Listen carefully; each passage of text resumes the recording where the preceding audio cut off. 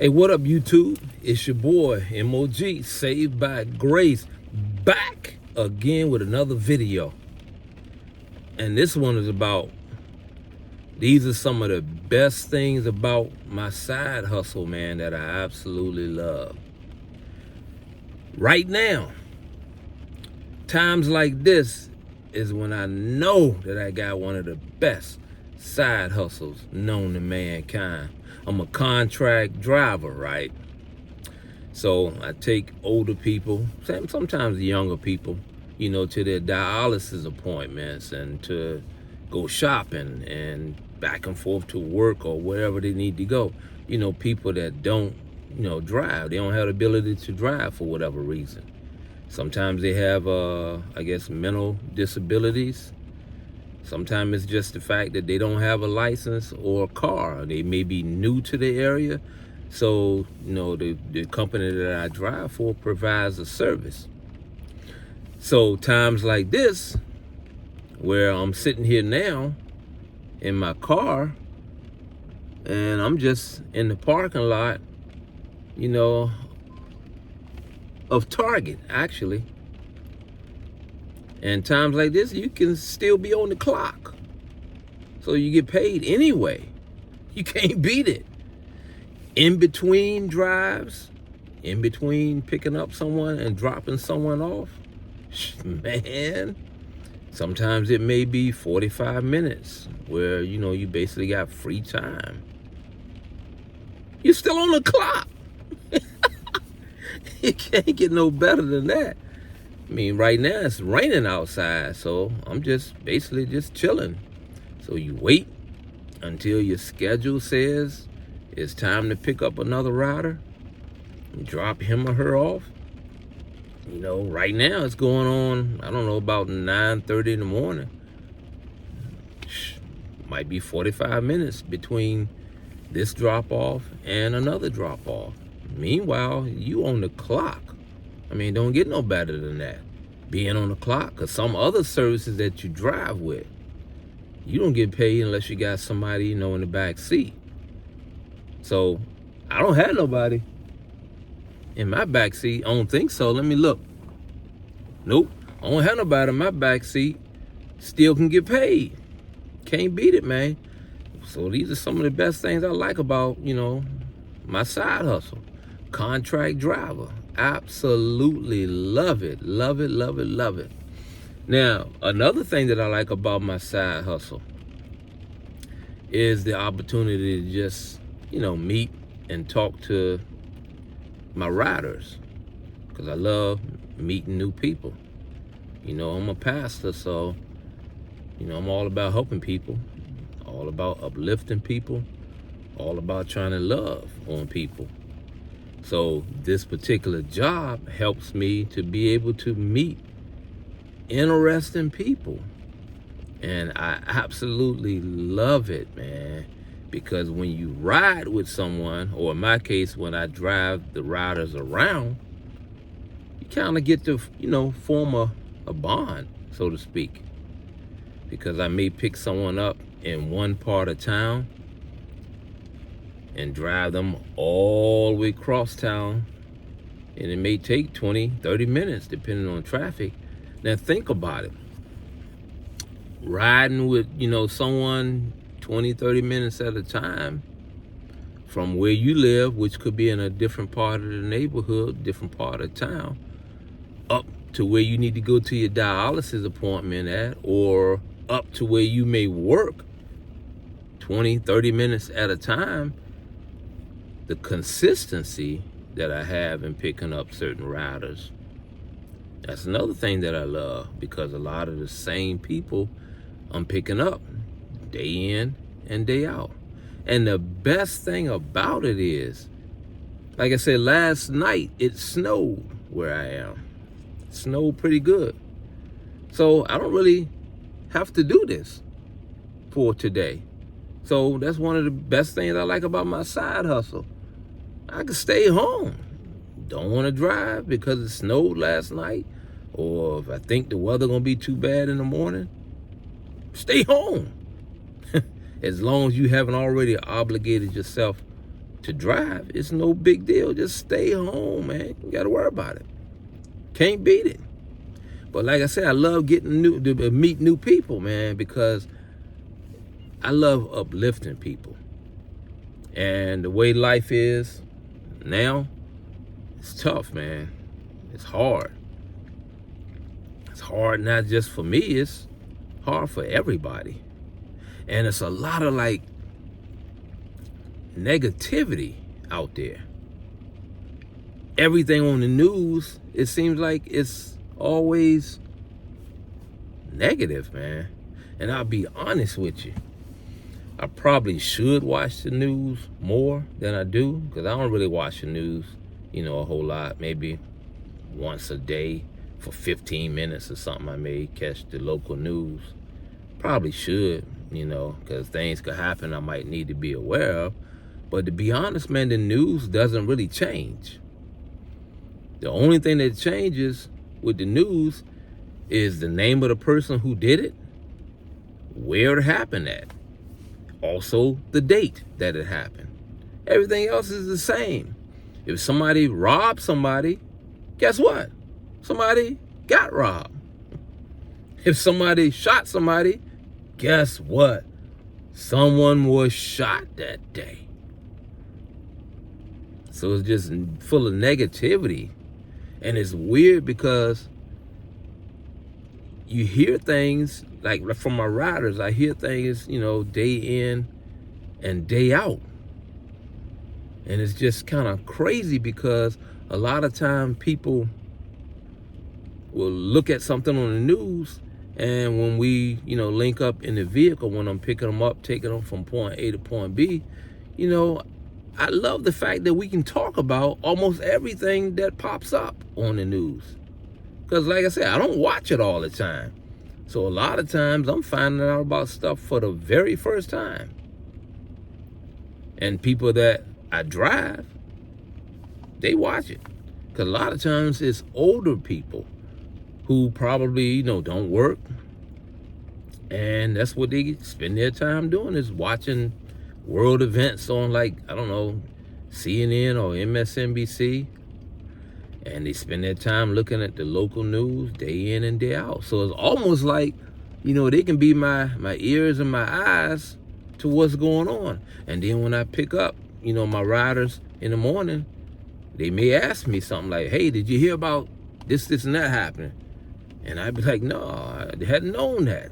And then they'll kind of inform me. So, I love getting to know people as to where we're comfortable enough to talk about stuff. And sometimes the, conversations that we have, sometimes they're political or whatever, or I don't do a whole lot with politics, but I like, conversation. So I run into people who talk about political stuff. And basically, I just kind of love listening to, the riders, to their stories, man. And when I'm talking about stories, I don't mean about the stories they see and hear on the news. I'm talking about their stories like about life. Because a lot of people like that I pick up are older. And man, they have some wonderful stories, man, just about how they're surviving. Sometimes the stories are kind of sad, to be honest, because the people that I'm picking up, once again, they're, older people. And then I hear things about, one lady, she said that she was living with her, or she is living with her daughter, and then her daughter doesn't respect her, and her daughter actually like abuses her at, at different points. And I'm like, what? And the lady that I picked up, she showed me a picture on her phone one time of her before she put her makeup on. Now, I know what you're probably thinking. I ain't trying to holler at her or nothing like that. But she just showed me a picture of her before she put her makeup on. And her face was bruised all the way around this area right here. And she said the bruise came from her daughter fighting her. Like, for real? Your daughter fighting you? And this lady is actually like involved with the church as well. And she told me, I can't verify it, but I can only speak as to what she told me. She actually told me that she was involved in ministry down in Atlanta, Georgia, her and her husband. He was a pastor and she, was a pastor as well. But her and her husband ended up breaking up. He ended up, running off with different young ladies and stuff. And I'm like, wait a minute. He a pastor. He ended up stepping out on you with other women? Hey, come on, bruh. I mean, ain't none of that, holy like. But just to listen to different people and to listen to their stories, man. And we actually had formed a spiritual bond. Because I'm a pastor myself. So when I hear of another fellow Christian struggling and having a hard time, it doesn't matter if my job is to drop him or her off uptown. That doesn't really matter. When I hear of a fellow Christian that's struggling and dealing with things that they're going through, guess what? I got a very attentive ear. So we formed a spiritual bond, and then I was able to talk with her, and we actually felt close enough as to where we prayed together. So I prayed with her, uplifted her, and just let her know, like, hey, if you are truly a child of God, when you cry out in prayer, guess what? He hears you. God hears your cry. Just like with the way we are with our own kids. If your kid cries out, however old he or she is, you gonna hear them too, right? Amen. So that's gonna happen. So, like I said, sometimes their stories are like, sad and, but then sometimes you have good stories, man. I love to hear the good stories. But you get to meet some real characters, boy, when it comes to doing contract driving. That's why I love it, man. I mean, some of the things I love about the job, like I say, I get paid well, work when I want to, and I get to meet some interesting characters. Like, it's one guy in particular, my little buddy Andrew. Andrew is a little buddy of mine that I pick up, and I pick him up, pretty much on a weekly basis, sometimes multiple times per week. And Andrew is like the coolest little kid, man. And he's actually not a kid. Andrew's like 21 years old, maybe even 22. But he's so humble. Andrew is just so humble and so, to himself and so quiet.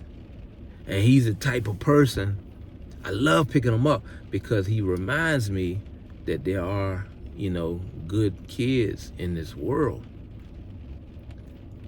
And he just gives me like it's hard to describe, but Andrew gives me like a little piece of sunshine, like in the middle of my day.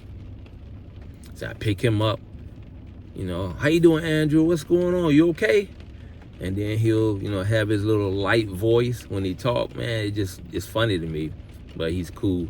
And he'll say, I'm doing fine. I'm doing fine, you? Just when he talk, man, it kills me, man. But Andrew is my dude.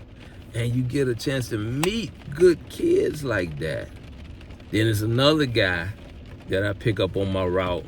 Another guy, I love him, man. Big John. Big John is something else, man. I pick him up sometimes right after I pick up Andrew.